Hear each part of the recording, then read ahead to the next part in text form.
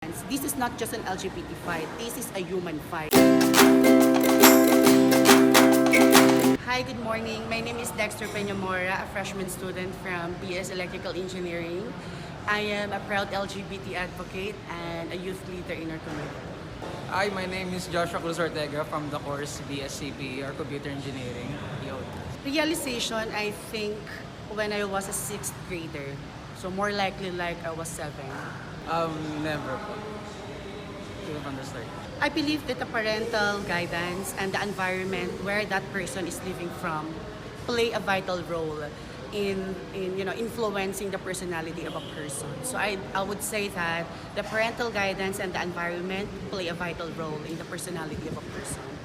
Siyempre bata pa lang kasi lumaki ako sa ganung klaseng family. Parang conservative na. I've experienced a lot, even in academic scheme. When I was an elementary student and also continuing to high school, there was one point when we were asked to have a group activity, and one role needs to play by a real man. And in our group, I was only a man. I was only a biologically man in our group. But the teacher said, and my classmates said, I should not be taking that role because I should portray like a girl. So I think in that way, it's already a discrimination at some point. And there are a lot of discrimination I experienced in our community. But to highlight, that's one example that I experienced. Hindi. Siguro minsan kikilos-kilos din ako. Pero malay ko, legit, pero biro-biro lang naman din kasi, lalo na pagkasama ko mga tropa ko. And karamihan din kasi ng mga tropa ko, babae. I think the greatest defense mechanism that I am doing is to claim that I have my self-care, the love of my family. As long as I know that my family loves me, I have my friends who love me, and I totally care about myself. I think it's totally a defense mechanism that no matter what they say upon me, it will never take me. They can take away anything away from me. Feel ko choice naman din nila yun. Kasi, ayun nga, pinili naman din nila yung ganong state. Kahit paano. And they deserve the right and respect naman na piliin din. If you're unsure, I would appreciate if you still address me as a man or Mr. He. But preferably, I would love to be addressed like, because I see myself as a girl, so I would say like she. Wala, parang syempre proud ako. My story is kind of different from other experiences because I'm so happy because my family accepted me when I was growing up. Because when I started to realize that I feel this way when I was a 6th grader, my parents knew it already. So it was not verbal that I said to them that I am like this, but they already accepted me, the way how I act, the way how I compose myself. And I'm so happy because even at this point, they're very supportive the way I do in everything that I do. No. Marami rin ako kaibigan na parte ng LGBT community. And I can attest naman na as long as may respeto sila sa akin, I can respect them as well. It's just so. They're happy. They do not segregate me in the group. Yet they still accepted me the way who I am. And in fact, in our group, I am the one who initiated happy moments. So they really appreciate me because the way I throw jokes, the way how I interact with them. It's a very happy environment, and they really appreciate it. And they really love it. For the sake of love, oo naman. Pero yun nga, in terms of marriage, if marriage magbabasehan na kasi natin. Syempre adoption, open naman yan para sa lahat ng tao, whether single ka or may kasama kayo. Pero if adoption, in marriage, kasi marriage is, ayun nga, iba yung definition ng marriage sa batas. Ang marriage kasi is for procreation, yun yung purpose ng marriage. So if di kayo makapag-procreate, so why marry, diba? Pero if yung definition nyo ng marriage is for the sake of love, edi why not?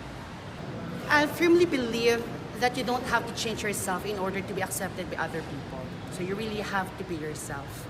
And the way I compose myself is just being myself. Even they don't accept me, or if they do, I'll just stick to who I am because I think that's way more important, is to be yourself. And I think that's the greatest purpose of man's life in the world. It's rather than realizing who you are and identifying who you want to be in your life. And that's how I do it. I just want to be myself all the time. If sa mata ng batas, hindi. Pero, if in terms of love naman din talaga, why not? Kasi, as long as you love the person naman, di mo naman masasabi kung ano talaga yung gusto mo din. So, yun, go lang. If there's something that I'm not proud, or I would say I'm not satisfied yet, but hoping for the best, that the Senate could pass the SOGI bill or the Senate Bill 1217, or the otherwise known as the Anti-Discrimination Bill. If if they would, it's just very near. If they will take a step to pass it, then I will be proud of my community. But if there's one thing that I am proud, it is just that I am now in a university which is a very gender-friendly university. I don't feel any discrimination yet. I know a lot of brothers and sisters in LGBTQ who are exemplifying and excelling in their craft. And I'm just so proud with FAU Tech. Oo naman. Ayun. They could have roles naman din. Kasi syempre individuals naman din sila and participative naman din sila sa community. Di ba? Goal. For now, there are a lot of things that needs to be addressed first, rather than the same-sex marriage. I believe the SOGI bill is one thing that needs to be addressed first, and I believe that if the Senate, I trust in the wisdom of the Senate. If they were going to pass the SOGI bill, that's a good step forward in order to tackle about the same-sex marriage. We cannot just jump over and skip processes in order to pass a same-sex marriage. But I would rather to take it one step at a time, especially in our culture, that we are bounded with such of the cultural beliefs which are mainly used for the arguments. So I think let's just take it one step at a time. Sexist marriage is just right there, and we are very hopeful that it will happen pretty soon. But for now, I'm after the SOGI bill or the anti-discrimination bill. If magiging narrow-minded tayong lahat, hindi. Pero if titingin tayo sa ibang perspective, so of course possible yun. Why not? How do we define normal? Normal, is it having a mother, a father, and a children? I believe normal is subjective. It's the way how you see it. For me, a normal life is just being happy. As long as you are happy with the partner you are living under the roof, and then that's a normal. So it's so just subjective. So for me, even brothers and sisters, members of LGBTQI community can still experience a normal life and a happy life. Yes, of course. Let's just have an harmonious relationship. Let's just have a good connections. Let's just respect each other. I believe at the bottom line, it's still respect. If you know how to compose yourself, as long as you know how to respect other people will reciprocate that values. They will still also respect you. So even other people, not members of LGBTQI community, can still have a harmonious relationship with us, with the brothers and sisters. It is my ardent hope that people not members of the LGBTQI would see, the values, the values and the kindness of my brothers and sisters. If and only if they would see us in that way, then we can really have a great nation, a better world, and a better place to live in. Siguro mali yung teaching sa nila. Hindi naman necessary rin mali yun kasi it's an open world naman. Malamang world eh. Pero yun nga, wala naman dapat na mag-set ng limitations para sa atin kasi yun nga, iba naman na yung mundo ngayon. Hindi ba na rin yung generation yan, dapat mas maging open tayo sa mga pagbabago. It's so hard because that's the way how I see it. But I firmly believe that as long as we have this education as a fundamental right of the nation, if everyone will be educated and will be given this proper awareness that gender or being a member of LGBTQ is not a sin. I just feel disappointed somehow because there are a lot of people using the religious beliefs as a form of argument because of connotating that we are being a members of LGBTQI is a sin.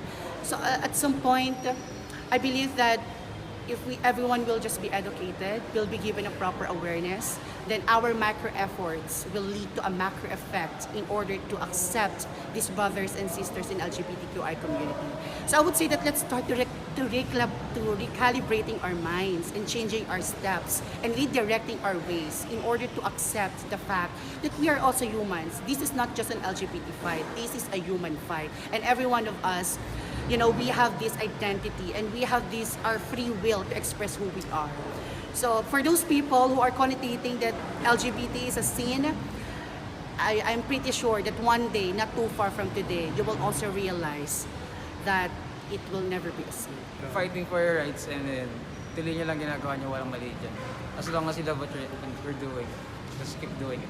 My message to my brothers and sisters, so let's continue to know our place and let's continue to fight for our place. We know who we are. Let's just continue to compose ourselves in a more respectful, in a more, in a way that we will build harmonious relationships with other people, because respect begets respect. So my brothers and sisters, as long as we know what we are trying to show the world, that we are also humans, so let's just stick to it. You just need to be yourselves all the time. And for other people who are not supporting us or even the SOGI bill, so let's start not to be one-sided. Let's just be open our minds and our hearts to all the possibilities and the arguments, because only if you also walk into our path, you will also realize that we are also humans. We are still one children of God. And yet, what makes a man more man and what makes a woman more woman? In our society today, we have lawyers, doctors, professors who are members of the LGBTQI community. So what other things that we cannot suffice, you know, in order to help our community? We are also paying taxes, and that's for part of the nation building. So I think my message is, let's just be open to all the possibilities and let us not just be one-sided. And I know that one day, not too far from today, you will realize what I am saying right now.